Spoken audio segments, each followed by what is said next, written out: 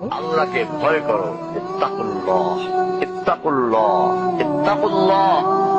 ওহে মুসলিম, তোমাকে আল্লাহর সামনে দাঁড়াতে হবে। তোমার হিসাব নেওয়ার জন্য আল্লাহই যথেষ্ট, যিনি সব জানেন।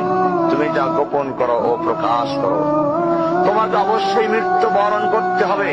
যখন তুমি দুনিয়ার সব কিছু ছেড়ে চলে যাবে, শুধু তুমি আখিরাতের জন্য যা সঞ্চয় করেছো তা নিয়ে সাবধান হও তোমার শেষ আমলের ব্যাপারে।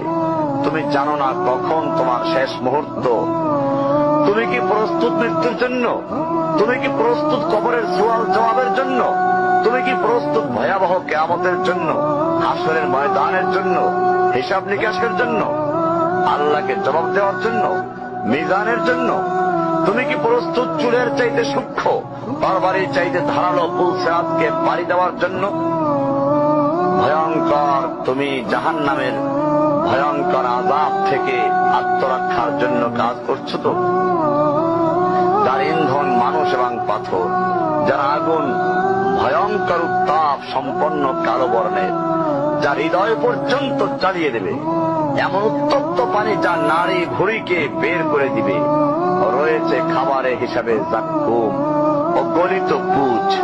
জাহান্নাম অসম্ভব গভীর, ভয়াল জায়গা, কঠোর হৃদয় ফেরেশতারা নিযুক্ত, যেখানে শাস্তির মাত্রা বৃদ্ধির জন্য শরীরকে অনেক বড় করে দেওয়া হবে। চামড়াগুলো জ্বলে যাবে, বের হতে চাইবে, বের হতে পারবে না। মৃত্যুকে ডাকবে, মৃত্যু আসবে না।